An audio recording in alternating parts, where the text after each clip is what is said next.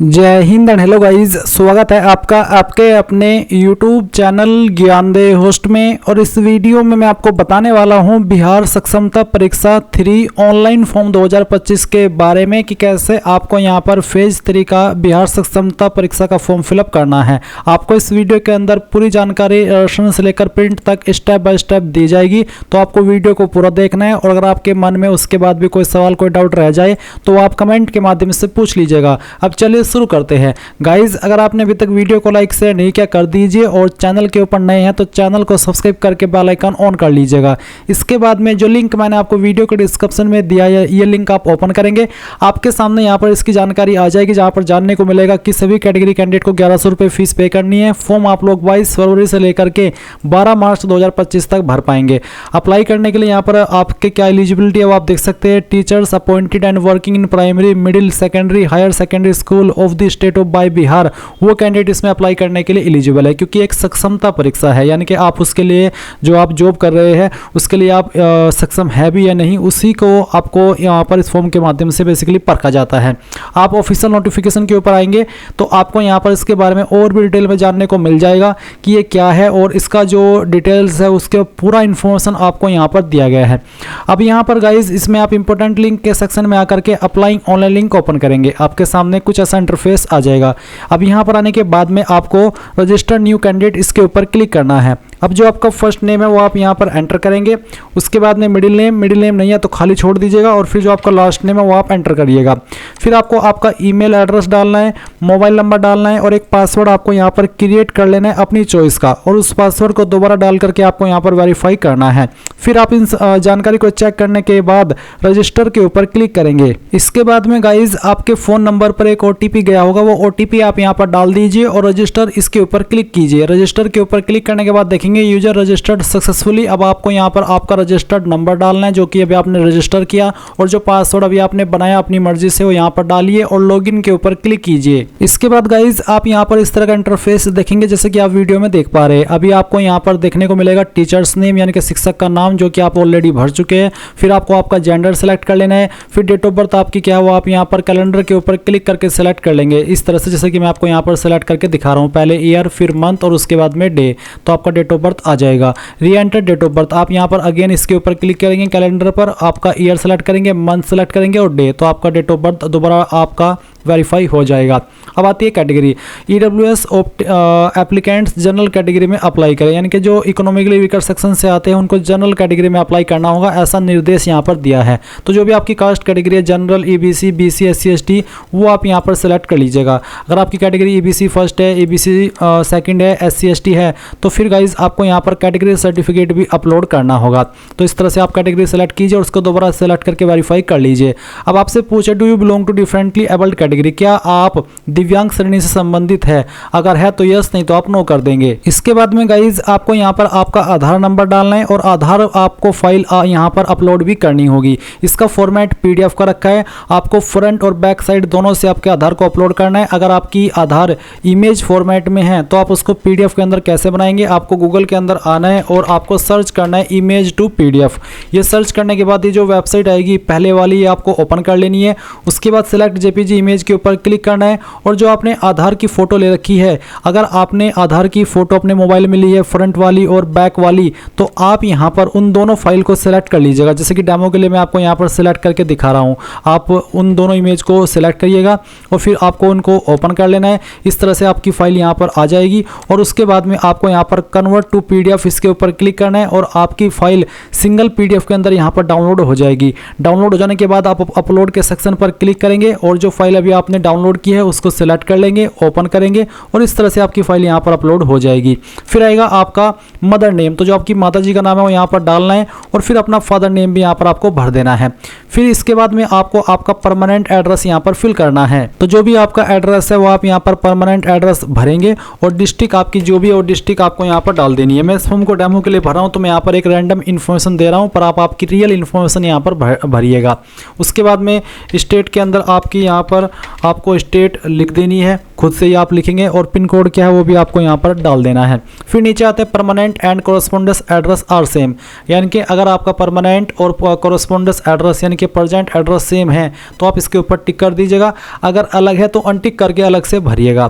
फिर नीचे आएंगे तो आप देखेंगे टीचर इन्फॉर्मेशन, तो आपको यहाँ पर देखने को मिलेगा टाइप ऑफ नियोजन यूनिट, यानी कि नियोजन इकाई का प्रकार क्या है, पंचायत, प्रखंड, जिला परिषद, नगर पंचायत, नगर परिषद, नगर निगम। तो यहाँ पर आपको नियोजन इकाई का प्रकार अपना बता देना है जो भी है। उसके बाद में नेम ऑफ नियोजन यूनिट ऑफ करंट पोस्टिंग, तो करंट पोस्टिंग वर्तमान पोस्टिंग की नियोजन इकाई का नाम क्या है वो आप यहाँ पर लिख देंगे। आपके जो टीचर की जॉब है उसके अकॉर्डिंग, जो भी आपका बेसिकली है ये आप ही को पता होगा क्योंकि यहाँ पर ये अलग अलग होती है। उसके बाद में जो आपकी टीचर आईडी है ई शिक्षा कोष वो आप यहाँ पर लिखेंगे। उसके बाद में आप देखेंगे टाइप ऑफ टीचर, स्थानीय निकाय शिक्षक नियमावली 2020 के अंतर्गत आपको टाइप ऑफ टीचर बताना है। Basic grade 1 to 5, Urdu teacher, Bangla teacher, तो जो भी है वो आप सिलेक्ट कर लीजिएगा। अगर आप यहाँ पर basic grade 1 to 5 general teacher select कर रहे हैं तो आपको यहाँ पर लैंग्वेज जनरल सब्जेक्ट देखने को मिलेगा। फिर यहाँ पर आपको आपका जो सब्जेक्ट है वो देखने को मिलेगा। इसके अलावा सिलेक्ट लैंग्वेज सब्जेक्ट, तो आपको यहाँ पर ये सिलेक्ट कर लेना है। अगर मैं यहाँ पर बेसिक ग्रेड 1 to 5 और उर्दू टीचर 302 सिलेक्ट करता हूँ तो भी आपके सामने यहाँ पर इस तरह का इंटरफेस आएगा जैसे कि आप यहाँ पर देख सकते हैं। इसके बाद में आप देखेंगे नियोजन लेटर नंबर, नियोजन पत्र की संख्या दीजिए, नियोजन की डेट दीजिए और जो नियोजन सर्टिफिकेट है वो भी आपको यहाँ पर अपलोड करना है।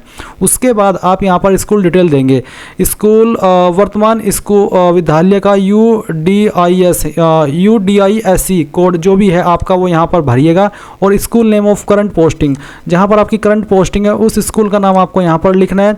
ब्लॉक कौन सा है उसका नाम आपको लिख देना है। Name of current posted district, वर्तमान पदस्थापित जिले का नाम वो आपको बताना होगा। फिर आप यहाँ पर डिटेल्स ऑफ एजुकेशनल क्वालिफिकेशन यानी कि अपनी क्वालिफिकेशन की जानकारी भरेंगे। आपको बोला कि merge marksheet and certificate in single PDF then upload, यानी कि जो आप यहाँ पर आपकी मार्कशीट या सर्टिफिकेट अपलोड करेंगे उसमें आपको पहले मर्ज कर लेना है दोनों को और फिर वो अपलोड करनी है। मर्ज कैसे होती है उसके बारे में मैं ऑलरेडी जानकारी आपको इस वीडियो में दे चुका हूँ। तो सबसे पहले 10वीं की इन्फॉर्मेशन भरेंगे। 10वीं आपने किस बोर्ड से की है उस बोर्ड का नाम आपको यहाँ पर लिखना है। फिर आपको यहाँ पर name of school, college, institute, तो जहाँ से भी आपने की है उस स्कूल का नाम आपको यहाँ पर एंटर कर देना है। ये एंटर करने के बाद में आप यहाँ पर पासिंग ईयर बताएंगे कि किस साल के अंदर आपने आपकी 10वीं पास की है। आप यहाँ पर पासिंग ईयर सेलेक्ट कर लीजिएगा और उसके बाद में गाइज आप यहाँ पर फुल मार्क्स एंटर करेंगे। उसके बाद में जो नंबर आपको उसमें से आए थे वो यहाँ पर डाल देंगे। डिवीजन आपकी क्या थी वो सिलेक्ट कर लेंगे। जिनके 60+ % होते हैं वो फर्स्ट डिवीजन में आते हैं, आपको पता ही होगा। और फिर जो आपकी परसेंटेज थी वो आपको भर देनी है और फिर आप यहाँ पर आपका डॉक्यूमेंट अपलोड करेंगे। अगर आपका मार्कशीट और सर्टिफिकेट अलग अलग है तो जैसा कि मैंने आपको कहा आप उनको एक ही PDF फाइल के अंदर मर्ज करेंगे। कैसे करेंगे एक बार फिर से जान ही लीजिए। अगर आपको मिस हो गया है आप सर्च कीजिएगा गूगल के अंदर इमेज टू PDF, पहले वाली ऑप्शन वेबसाइट ओपन कीजिएगा, सिलेक्ट JPG इमेज के ऊपर क्लिक कीजिएगा और जहाँ पर भी आपकी मार्कशीट है और जो आपका सर्टिफिकेट है वो दोनों फाइल आपको सिलेक्ट करनी है, ओपन करना है। इस तरह से आ जाएगी जैसे कि आप देख सकते हैं। कन्वर्ट टू PDF करेंगे, फिर डाउनलोड PDF के ऊपर क्लिक करके आप उसको डाउनलोड कर लेंगे एंड देन आप अपलोड के सेक्शन पर क्लिक करेंगे। जहाँ पर आपने अभी फाइल बनाई है उसको सेलेक्ट करेंगे और ओपन कर देंगे। इस तरह से आपकी फाइल अपलोड हो जाएगी।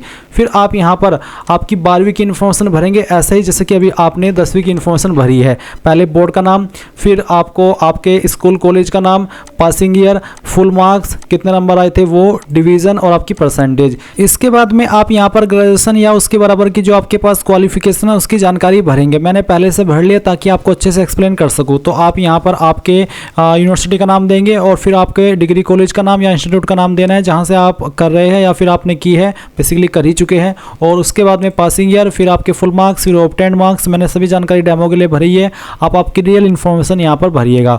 उसके बाद में आपको आपका सर्टिफिकेट भी अपलोड करना है। अगर मार्कशीट और सर्टिफिकेट अलग अलग है तो उसको मर्ज करके PDF में अपलोड कर दीजिएगा।